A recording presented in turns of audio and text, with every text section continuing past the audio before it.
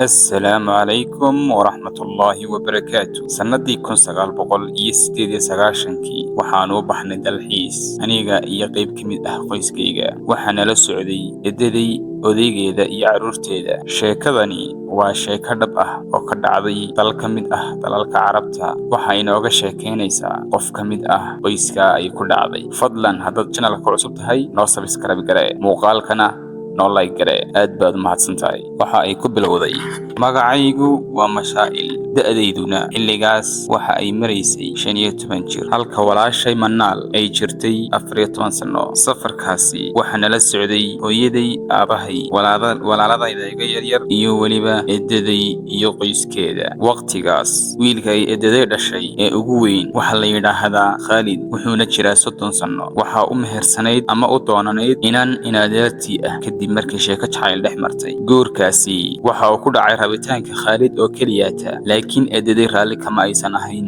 sababtoo ah gabadha uu Khalid guursaday hooyadeed iyo eedaday dhibaatooyin iyo khilaafaad baa ka dhex taagnaa. Laakiin Khalid ayaa ku adkaystay inuu guursado Badriya waa inantana ku sheegayo ee Khalid meherka ugu xidhnaa ee u doonanayd, laakiin eedadii lama doonaynin. Arooskii ma dhicin, meherkii kaliya ayaa dhacay. Arooska waxaa ka harsanaa hal bil. Wax walba waa la diyaariyey, howlkii arooska, agabkii, wax kastoo arooska la tacalluqay waa la diyaariyey. Annagoo iskaga jirna markaa dalxiiskii oo iska damaashaadayna ayaa si kadis ah eedaday u tiri, arooska wiilkayga uu burburaya, inankayga Khalidna uu furaya Badriya. Aniga iyo walaashay beriga iska carruur baanu hayno, waxaan tan kamaan dhulhayn, kubad baanu iska ciyaaraynay, manaanu danaynin sheekooyinka noocaas oo kale ah, maanu danaynayno. Waxaan iskaga jirnay dalxiiskayga iyo faakeysigaynu iskaga jirnay. Haddaba eedaday way kacday, waxa ayna gashay teendhadeedii iyadoo aad uga xun kharashkii iyo lacagtii ku baxday arooskaas la diyaariyey. Hooyaday ayaa ka daba gashay teendhadii, waxa aanay ku tiri, umu Khalidey, ma ogid inay sheekadan iyo inuu guurkani burburo inay khayr ku leedahay, wararka ma haysid. Waxaa laga yaabaa inuu Ilaahay wax ka fiican idiin qoray. Eedaday baa u jiibisay oo waxay tiri, waa guuldarro iyo khasaaro, waxaan ku weynay lacag ka badan 25,000 oo diinaar oo xilliga ahayd lacag aad u qaaliya. Hooyaday ayaa ku tiri, maydun khasaarin, khasaare kuma jirtaan, arooskuna u dhacaya. Eedaday ayaa waxay tiri, sidoo arooskaas ku dhacaya markaas Khalid uu furba gabadha arooska ku dhacaya. Hooyaday waxay ugu jawaabtay, way joogtaa caruusadii already, caruusaduna waa gabadheeda Mashaa'il, marka aniga hadlayso hooyo. Isla markaasna waxay tiri, gabadheeda Manaalna waxaad u dootaa wiilkaaga Sacuud oo ahaa Sacuudna waxa wiilka yar Khalid, oo yacni labadoodana isu guuri, Khalid iyo anigana Mashaa'il ahna la isku guuriyay hooyada. Manaal oo walaashayga yar ah iyo Khalid wiilka yarna ay isku guursadeen. Eedaday arrinkii way la yaabtay, waxaanay tiri, Maxameday gabadhaha ugu yaryar yihiin. Hooyaday markaa ugu jawaabtay tiri, yaryaraan iyo waxaas ma jiraan, Ilaahay tala saaro guuri. Haddaba eedaday ayaa waxay tiri, waan la soo tashadaa carruurtaydii iyo riyooga iyo aabahood, arrinkii waa inaan ku celiyaa, aan kala soo tashadaa. Hooyadana waxay ku tiri, waa sax weeyaan, xaq baad leedahay, la soo tasho. Eedaday wiilasheedii ku noqotay, waxaana u sheegtay arrinkii. Wiilkii weynaa Khalid ayaa isagu yiri, habluhu hooyo way yaryar yihiin, deesad wax wada. Eedaday waxay ku dhiirigelisay Khalid inay gabdhaha yaryar ka fiican yihiin dumarka waaweyn, waayo waxay u sheegtay inay gabdhuhu ka horraan wiilasha, inaan taageerad mid arsa ay hadhow tuliyadu weynaato. Haddaba Khalid wuxuu ku adkaystay inuu guursanayo labada hablood, aniga iyo walaashay, labada hablood tii labada qurux badan inuu guursanayo. Marka aniga waxay tiri, gabadhani waxa iga qurux badneed walaashay, sidaa darteed Khalid wuxuu doortay walaashayga yar. Sacuudna wax dhib ah uma arkin oo wuxuu yiri, Mashaa'il baan waan qaadanayaa, wax dhibaato ma jirto, taweenana guursanaya. Markaas saasana isku dhaafnay anagu. Arrinkii sidii lagu heshiiyey, eedaday iyo odaygeedii ayaa yimid iyo labadii wiil. Aabaha yeelana soo weydiistay oo laga soo doontay, sidii baana labadii wiil nagu guursadeen. Markii hooyadii la weydiiyey, hablahaaga maxaad meher uga dhigaysaa, waxay u sheegtay meher aad u yar, oo waxay tiri 10,000 oo diinaar, waa lacag aad u yar. Waxay tiri, xilligaas aad baan uga warwaraya, yani lacagta aadka u yar, yani arooska nooma goynaysiiyo iyo kharashaadka iyo hawsha u gelaynay, maxay hooyada saas dhan meherka uga yaraynaysaa. Si kasta lacagtu ha u yaraatee, laakiin waxaa qasab ahayd inaanu si qurux badan u labisano, sababtoo ah eedaday reerka ka dhalatay waa reer iska ladan, marka waa in aad loo ixtiraamayo, aad loo xaragooda. Lacagtu laakiin naguma filnayn. Alxamdulillah, waxaana soo dhex gashay habayartay oo shaqaale ahayd ayaa waxay noo iibisay dharkii arooska, lacagta aqalka bixisay, wax kasta arooska ku bixiyay iyadaa bixisay oo Ilaahay noo soo diray. Gabadhan Mashaa'il waxay tiri, aad baan warwarsanaa, sababtoo ah waxaan ahaa gabadh sharaf leh, karaamo leh, laakiin ma awoodin inaan hadlo, inaan qofkan doonaya inay raawad doonaya, qofka aanan doonayn inay raama doonaya, yani uma lahayn awooddaas. Laakiin wax walba walba qasab bay ku dhaceen. Waxay tidhi xaafadda dhexdeeda waxa layga aaminsanaa inaan ahay gabadh aan aad u sii qurux badnayn, sababtoo ah aad baan u dhoobnaa, dhoobnadeeda waxay qarisay quruxdayda, midabkayguna wuxuu ahaa midab iska maarayna. Waxay tidhi naftayda waxaan kula murmi jiray sideen ula noolaadaa nin la ii baryay, nin la ii doonay oo aanan u doonisteedii jacaylna dhex maray iyo waxaan aanan u guursan, sideen ula noolaan karaa ayaan markasta ka warwari jiray. laakiin alxamdulilah Sacuud waxa uu noqdayba mid ka soo horjeeda filashadayda, yani filashadeeda xumayd ka soo horjeeda ayuu noqday Sacuud. wuxuu noqday nin baariya, nin aad u fiican. waxa aan ka helay nolol iyo raaxo iyo koolkoolin aanan ka helin gurigii hooyaday. aad baan isbedelay, waan qurux badnaaday. badanka waxaa la yidhaahdaa gabadhu waxa ay u eekaataa odaygeeda suu ula dhaqmo. marka waxay tidhi aad baan u qurux badnaaday, waan isbedelay gebigeyguba. waxaa iga muuqday qurux iyo khayr aad u fara badan, ilaa heer la gaadhay in laygu yidhaahdo waxaad u eegaata fanaaniinta caanka ah ee aadka qurux badan leh. dhinaca kale walaasha iga yar Manaal, Khaalid waxa uu dhaqmisay aad u xun, sababtoo ah wuxuu jeclaa in adeertiisii laga furay ee Badriya. miskiinadu aad bay u dhibaatoon. maalin walba wuxuu yimid hooyaday iyadoo cabanaysa oo ooynaysa dhaqan xumada uu ku sameynayo Khaalid darteed. waxa ay tidhi aan sheekadiisii hore dhex geliyey habaryartay iyo ayeeyday hooyo iyo hooyaday waxa ay taariikh aad u dheer ku lahaayeen dhinacaas, yani sixir bay aad ugu xeel dheeraayeenoo sixirka ay aad u isticmaali jireen. qofka rabaanna way ku jeclaysan jireen, qofka rabaanna way isku necbaysan jireen. aan idiin sheego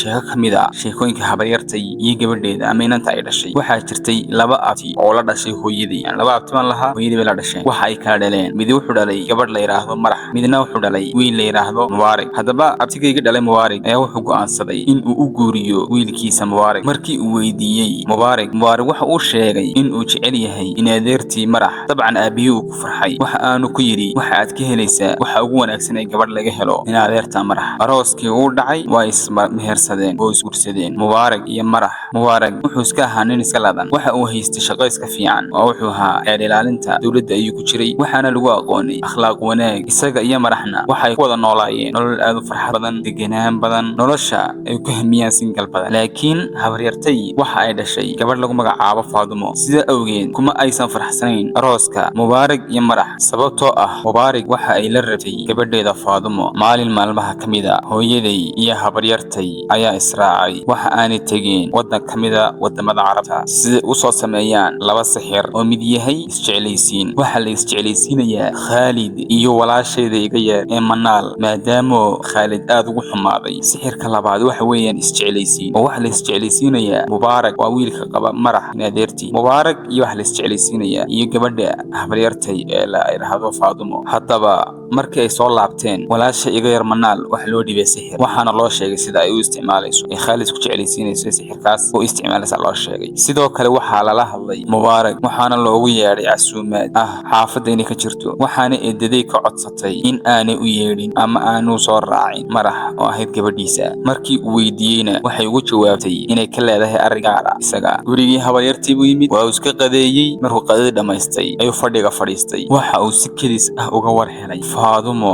oo aan jaabnayn, qaawan, dhar ku soo baxaya aan xidhnayn, wayna la fadhiisatay. qadadii uu cunay waxay habaryartay ugu dartay sixirkii. halkii bay sheekaysteen. maalintaas wixii ka dambeeyey Mubaarak uu isbedelay, wuxuuna nacay xaaskiisii Marax. maalin walba wuxuu iman jiray guriga eedadii si uu u soo arko gabadha Faadumo. wuxuu eedadii ku yidhi oo aniga habaryartay ah waxaan rabaa inaan guursado gabadhaada Faadumo. waxay tiri Faadumo raalli kama aha inay guursato nin xaas leh, soo fur markaa Marax kadib soo doono. runtii Mubaarak wuu furay gabadhii, waxa aanu guursaday Faadumo, waxayna isku dhaleen wiil. haddaba waqti baa ka soo wareegay. eedaday waxa ay go'aansatay in ay u guuriso wiilkeedii ugu yaraa gabadh ka mid ah qoyska. eedaday waxay islahayd waxaad u guurisaa gabadh qurux badan oo la odhan jiray Suhaad. dabcan hooyaday aad bay uga cadhootay, sababtoo ah waxay ku tala jirtay inay wiilkaas iyo gabadheeda ugu yari inanteeda ugu yar ay isku guuriso. hooyaday maalmaha ka mid ah waxa ay isugu yeedhay dhammaan gabdhihii iyo wiilashii qoyska si ay waqti wada qaataan. meesha lagu kulmayey waxa ay u qaybsamaysay laba qaybood, qaybta ragga ah iyo qayb dumarka ah. haddaba markii la wada kulmay ee lasoo wada fadhiistay, hooyaday waxay qaaday xafaayad dumar ah, waxaana ku tuurtay suuliga ragga. markii uu wiilkii eedaday galay suuliga, uu arkay xafaayadii, wuu qayliyey oo buuq sameeyey, wuxuuna yidhi yaa ku tuuray suuliga? qofka bilaaxishoodka ahi waayo, isagoo ka yaaban ficilkaas aadka u xun. hooyaday ayaa si kedis ah u qayliday, waxaanay tiri waa Suhaad, iyadoo ku been abuuratay Suhaad. runtii miskiinada Suhaad ma aysan ogeyn waxa suuliga ragga yaala. runtii dadkoo dhamma wada rumaysteen, wayna ka sheekeeyeen sida ay Suhaad u tahay qof wasakh ah oo aan xishoonahayn. haddaba wiilkii eedaday waa uu diiday in uu guursado Suhaad qofka saa u xun. Hooyadayna waxay u soo bandhigtay arrinkii ay rabtay ee ahayd walaasheeda saxaad inay u guuriso. Guurkiina uu dhacay. Bilooyin baa ka soo wareegay. Haddaba waxaa xaqiiq ah hadalkii ahaa abaalku uu daahaa laakiin ma gefo. Si kedis ah ayay hooyadeed u xanuunsatay, waxaana ku dhacay xanuunka loo yaqaano gaangarida. Gaangaridii waxay bilowday inay cunto jirkii hooyaday ilaa ay ka dhimato. Sidoo kale habaryartay oo ah hooyada Faadmo isla sanadkii ay sababtay burburkii qoyska Mubaarak iyo Marax